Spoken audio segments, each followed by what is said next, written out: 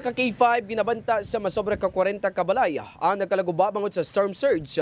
Nagkalaguba ang 45 kapanimalaya bangod sa mabasko gabalod nga may dalas ang dalag ko nga troso sa baybayon sa Barangay Boulevard Molo, Iloilo City. Kahapon nga adlaw Hulyo 21.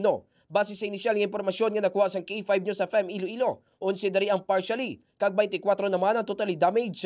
Sa interview sa K5 News FM Iloilo kay Merly Hover, 45 anyos kag residente sa nga mga lugar. Pasado alas 8 sang aga sa nagsugod ang pagtaas ng tubig kag pagbaskog sang balod nga may dalas na dalag ko nga troso. Rason nga nagkalaguba ang ilang nga balay nga uman sa kawayan. Ginpayag naman ni Kagawad Edi Lampira sa nga mga barangay nga 124 ka mga panimalay ang nahamtang sa coastal sa nga mga barangay base sa ilang records sa nagligad niya tuig.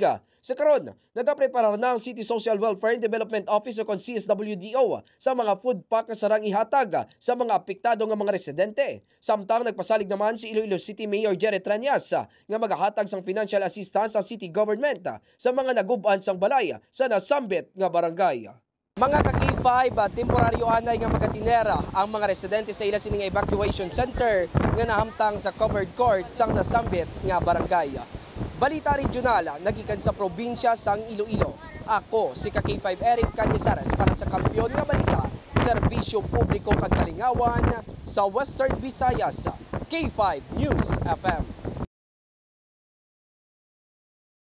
This news is brought to you by, do you feel tired all the time? Do you have frequent infections? Do you have always cold? It's a sign of low immune system. Boost your immune system with Clinica D3 Bio, antibacterial, natural antioxidant, immune system booster. Clinica D3 Bio has vitamin D3, lauric acid, and monolurine to fight against all viruses. Try Clinica Vitamin D3 with Coccus nocifera.